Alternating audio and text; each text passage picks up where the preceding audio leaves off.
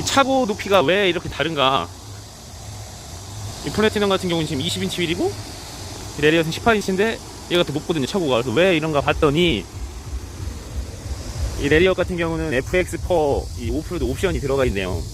얘는 그 옵션이 없고 이것도 이제 차량 신차 출고할 때 선택 가능한 옵션이라고 하더라고요. 머플러 같은 경우는 순정 머플러가 이게 이렇게 오른쪽으로 빠져 있고, 이 차 같은 경우도 이렇게 오른쪽으로 빠져 있는데 이게 검사소에서 좀 검사가 제대로 안 되는 경우가 있어요.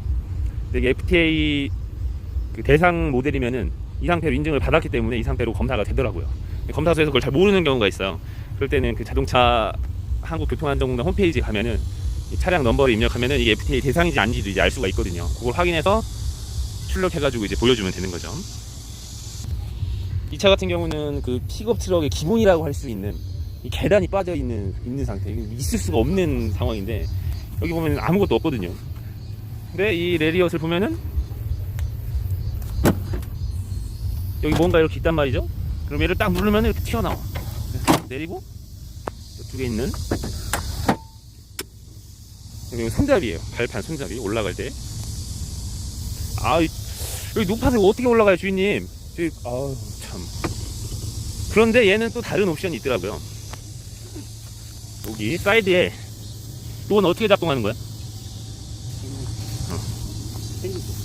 아, 수동이야? 아, 오, 이렇게 밟고, 저게 안 들어갔기 때문에 얘가 있는 게 아닐까? 그럼 집어 넣을 때는 그냥, 오, 그렇구만.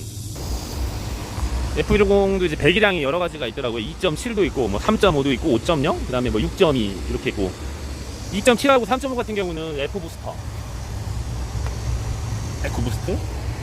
얘는 이제 터보가 있는 거겠죠? 그 다음에 5.0하고 6.2 같은 경우는 자연흡기라고 그러더라고요. 좀 어떤 성능적인 체감은 사실 잘 모르겠어요. 근데 이제 그 으르렁거리는 그 소리가 5.0이나 6.2 같은 경우는 굉장히 좀 확실히 이 성난 야수 같은, 맹수 같은 이제 으르렁거리는 소리가 나고, 에코부스트 같은 경우는 그렇게 으르렁거리는 것 같지는 않아요. 물론 이제 뭐 머플러를 바꾼다든가 가변 배기를 한다고 하면은 조금 이제 뭐 달라질 수도 있겠죠. 2015년식부터는 이 외관, 이 캐빈이라고 그러나요? 이 프레임 밑에 쪽에 있는 프레임 말고 이 겉에 있는 이 철판들이 그러니까 쇠가 아닌 알루미늄으로 이제 바뀌었어요. 그래서 여기 같은 경우도 이 부분이나 이 부분 같은 경우 자석이 붙질 않아요. 이거 그래서 경량화를 좀 많이 이뤘다고 하는데, 단점이 될 수도 있는 게 이제 사고시 판금이라든가 이런 부분에 있어서 쉽지 않을 거예요. 이제 알루미늄 판금 아무래도 금속이나 이런 거 다른 일반 쇠에 비해서 비용도 많이 들기도 하고, 또 할 수 있는 업체가 이제 굉장히 좀 제한적이기 때문에 부식이 안 되다 보니 알루미늄이다 보니까 언더 코팅도 안 되어 있어요. 부식이 전혀 없죠. 지금 2015년식이고 한 3만 5천 정도 탄 상태인데 전혀 부식이 없는 상태예요. 언더 코팅도 안 돼 있고, 프레임이나 머플러 같은 경우는 뭐 그냥 일반 쇠기 때문에 이렇게 다 조금씩 부식이 있긴 합니다. 실내는 뭐 간소합니다. 뭐 크게 이런 첨단 이런 건 보이진 않는데 그냥 투박한 것 같아요, 전체적으로. 차에다 아이스티 올렸어. 보시면은 이제 미국 차답게 110V, 12V 시거잭과 110V 포. 어라운드 뷰 이것도 옵션이더라고요. 그 다음에 뭐 내리막기 보드 장치, 이거는 TCS 같은데 잘 모르겠어, 써본 적이 없어서. 그 다음에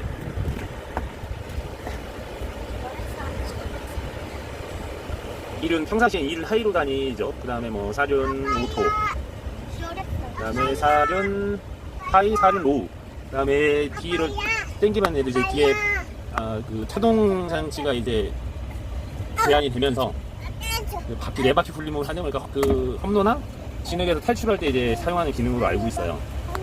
그 다음에 뭐 파킹 어시스트도 있고 차선 이탈 경보도 있는데 이것들은 대부분 이제 뭐 그냥 잘 안 쓰시는 것 같아요. 저도 아직 써본 적이 없고. 그 다음에 위쪽에 보면은 이제 미국 같은 경우는 차고 있는 단독주택들이 많다 보니까 차고 게이트하고 연동시켜서 이제 작동하는 버튼이라고 하더라고요. 국내에서 사용할 일이 사실 거의 없겠죠. 그 다음에 뭐 선글라스 넣는 데도 있고, 뭐 썬루프, 썬루프도 있고. 여기 좀 재밌는 기능이긴 한데요. 여기 뒷자리에 보면 이렇게 창문이 있어요. 조그맣게 아주 작은데 여기에 있는 버튼을 작동을 하면은 창문이 열려요. 열렸다 닫혔다. 뒷자리 같은 경우는 이제 제일 중요하죠, 사실은. 고란도 스포츠나 뭐 액티언 스포츠, 우리가 흔히 접할 수 있는 이런 픽업 트럭들은 아무래도 이제 등받이, 갑부, 뒷사람이 이제 굉장히 불편하잖아요. 근데 이 F150 같은 경우도 사실 이렇게 편하지는 않아요. 어느 정도 이렇게 서 있기 때문에. 그래서 다른 작은 픽업 트럭에 비해서는 그나마 좀 누워 있는 편이고, 이 시트 이동 킷을 이용해서 시트를 앞으로 조금 이제 빼면은 그래도 좀 낫다고 하더라고요. 그리고 이제 아무래도 차 크기가 있다 보니까 이 앞에 공간이 굉장히 넓어요. 이 다리가, 이 공간이 좁아서 다리가 접히고 이런 거는 거의 없고요. 이 등받이 때문에 조금 허리가 아픈 게 있지, 이 넓이는 정말 넓습니다. 시트 같은 경우도 이렇게 조여진 올라가는데 그럼 뭐 여기서 축구해도 될 것 같아요. 굉장히 넓죠. 그럼 차가 와장창 부셔지고. 여보세요. 자, 그럼 애기들 2명, 3명은 뭐 전혀 문제 없이 탈 수 있습니다.